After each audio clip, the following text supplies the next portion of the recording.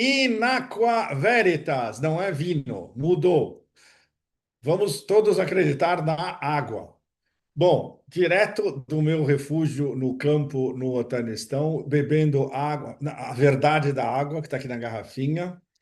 E eu estou falando com vocês algumas horas antes do eclipse.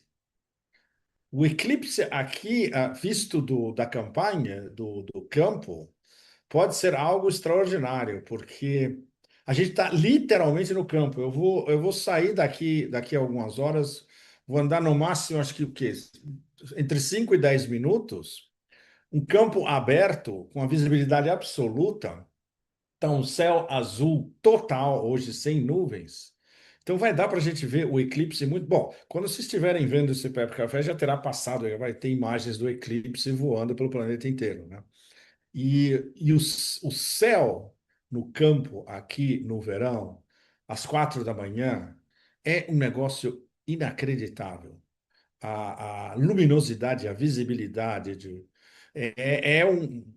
são zilhões de constelações de estrelas vistas a olho nu no meio da madrugada no campo, que é algo, como vocês sabem, nenhuma grande cidade do mundo, São Paulo, Paris, inclusive, é absolutamente impossível. Mas, claro, poder ver o eclipse de perto, vai ser uma. Terá sido, se vocês já estão no final da semana, uma experiência, excepcional. É uma conversa talvez complicada essa, porque eu quero adiantar para vocês, pelo menos uma parte, e isso é algo da minha coluna especial dessa semana, que quando vocês estiverem vendo, já terá sido publicada e espero que já traduzida, pelo menos em alguns canais em português. Sobre o novo grande jogo.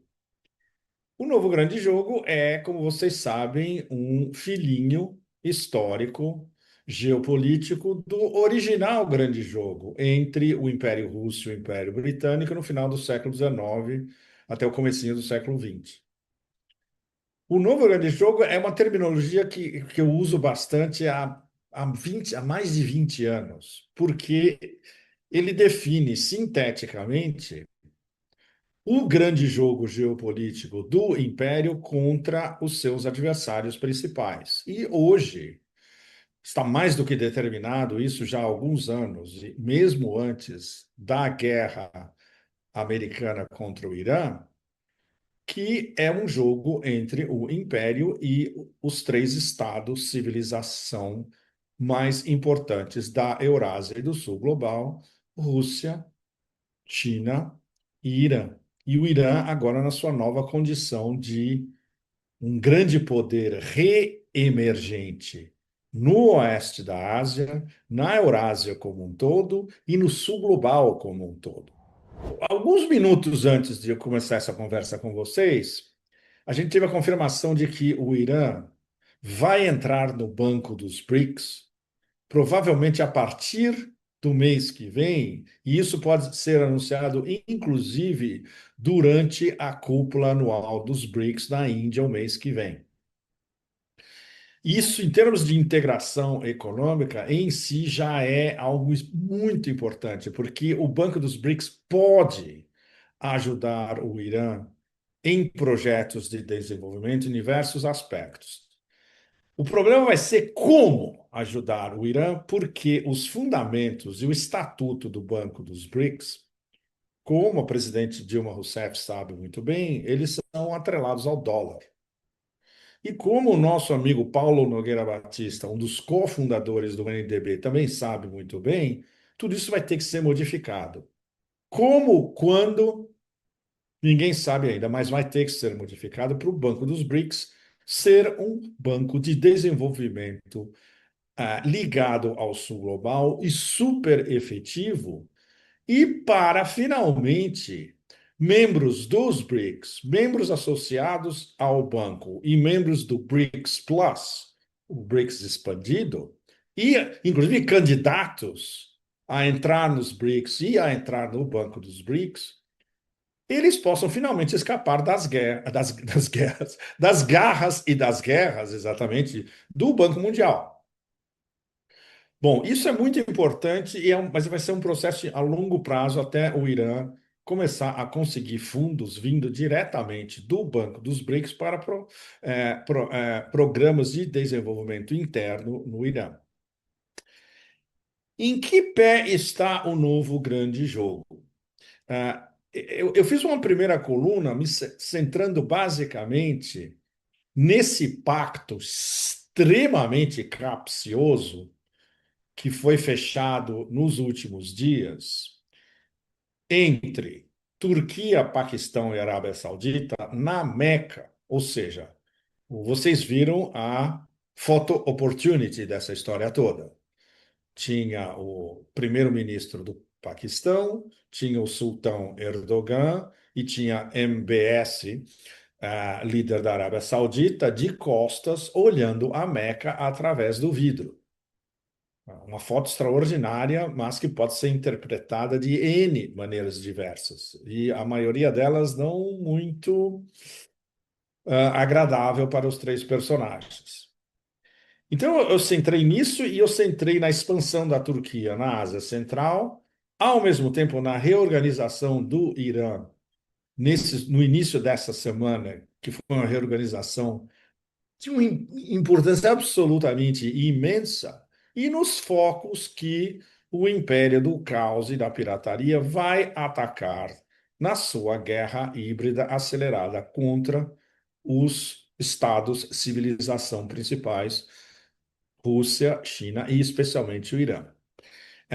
Reduzir uma quantidade de informações brutal a uma coluna de acho que 1.500, 1.600 palavras foi uma tarefa titânica, mas tem que ser, porque aí, senão você não consegue segurar o seu leitor, seja em que língua for. Começar por inglês, mas nas línguas latinas, que vai ter tradução em todas elas, porque os assuntos interligados são extremamente complexos e esse é um tabuleiro em constante mutação. O tabuleiro do novo grande jogo, especialmente desde o início da guerra contra o Irã, 28 de fevereiro desse ano, ou seja, praticamente ontem em termos geopolíticos.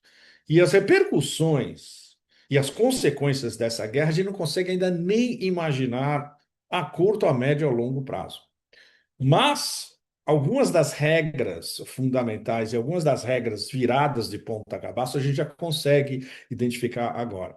E esse objetivo dessa coluna vai ter uma próxima, provavelmente o mês que vem, que eu vou publicar primeiro na Rússia também, como esta, entrando mais fundo na relação dos três estados de civilização, Rússia, China e Irã. O que aconteceu na Meca? Ouça, essa é uma história. Isso precisaria de uma outra odisseia a nível islâmico para explicar. Bom, eu vou tentar dar a versão mais curta para vocês, que é, bom, é difícil escolher os termos mais apropriados, porque não é visível o objetivo deste pacto entre Turquia, Paquistão e Arábia Saudita. O que a gente tem, olhando na frente, fatos óbvios e mais ou menos insofismáveis. A nação islâmica nuclear, por definição, a única, Paquistão, com um complexo industrial militar bastante sofisticado, com muitos armamentos americanos ainda, com uma relação bastante próxima com os americanos, mas, ao mesmo tempo, uma relação muito próxima com a China. A China, para o Paquistão, é o aliado fundamental.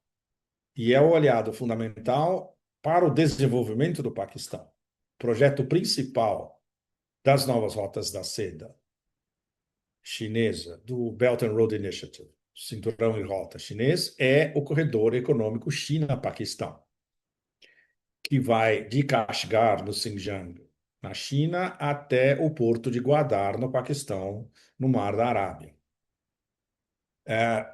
Eu tive privilégio, antes do Covid, de refazer o percurso do corredor China-Paquistão em todo o norte do Paquistão, até literalmente a fronteira China-Paquistão no Passo de Conjeraba. E aí você vê tudo que a China fez em termos de desenvolvimento para o norte do Paquistão, que é extraordinário. Eles refizeram toda a Karakoram Highway em todo o norte do Paquistão. Tem fibra ótica, a qualidade da estrada é uma qualidade de estrada de país desenvolvido.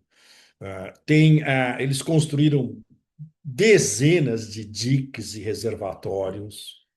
A manutenção da estrada e das novas instalações, os chineses ajudam, construíram um monte de túneis, literalmente bombardeando as montanhas para a Karakoram passar no meio dos túneis, porque margeando, por exemplo, os reservatórios corria risco de inundações, no passado corria risco de inundações. Por exemplo, quando você viajava a Karakoram no final dos anos 90, que foi o meu caso, eu fiz duas vezes, tinha avalanches, tinha invasão tudo. Era uma aventura alucinante e impossível para o comércio. Então, isso é o que a China faz de melhor, desenvolvimento de infraestrutura. E todo esse projeto vai atravessar o Paquistão, atravessar o Baluchistão no sul, que é basicamente um deserto gigantesco, até chegar ao porto de Gwadar, no Mar da Arábia, que é um porto fundamental para os chineses por N aspectos, e também para o Irã, porque são portos hoje irmãos. Eles eram, até a guerra americana contra o Irã, eles eram portos em competição. Gwadar, o porto paquistanês no Mar da Arábia, vinculado à China, e a 80 quilômetros a oeste, o porto iraniano de Chabahar, no Baluchistão iraniano, mas que estava sendo desenvolvido como um nexo da Rota da Seda indiana, não da Rota da Seda chinesa, como é o caso do Gwadar. E foi o porto que nós visitamos o ano passado, quando eu estava fazendo o meu documentário sobre o corredor Norte-Sul, Rússia, Irã, Índia. E foi foi absolutamente fundamental. Eu estava atrás de visitar essa região toda do Sistão Baluchistão há pelo menos 2 décadas. E antes era impossível porque não tinha permits. Era impossível para um estrangeiro ter um permit para visita. Sempre que eu pedi, eles disseram: ah, não, é muito perigoso, a gente não pode ter a responsabilidade de ter um estrangeiro e acontece alguma coisa, a responsabilidade vai ser nossa, porque tem tráfego de guerrilhas anti-Irã e anti-Paquistão, financiadas pelo MI6 e pela CIA o tempo todo. E dessa vez, a história extraordinária que eu consegui atravessar a fronteira entre o Irã e o Paquistão num barquinho de pescador, literalmente, do Sistão Baluchistão iraniano, atravessando até uma praia no lado paquistanês. Mas é o mesmo mar, é a junção do Golfo de Oman com o Mar da Arábia, mas é a mesma coisa. E os balutes dos dois lados são primos, vivem nessa região belíssima, por sinal, entre o deserto e o mar, há em tempos imemoriais.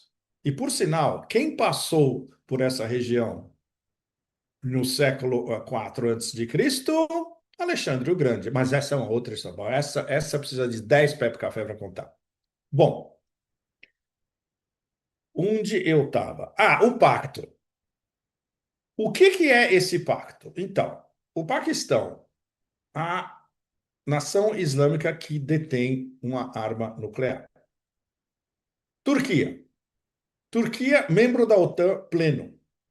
Tem o segundo maior exército da OTAN depois dos Estados Unidos. Ou seja, é o maior exército da OTAN na prática, muito mais sofisticado e experimentado do que todos os exércitos europeus. É o braço extremo à direita do mapa, o braço extremo a leste da OTAN, fazendo uma fronteira direta com os membros especialmente Rússia e Irã, dos estados civilização, via a Anatólia, que faz fronteira direta com o Irã, e no Mar Negro tem uma fronteira entre a Turquia e a Rússia.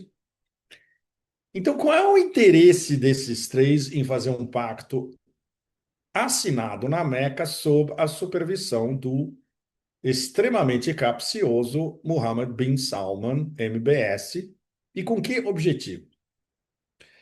Então, todas as opções são possíveis dependendo de como você examina e como você analisa esse pacto.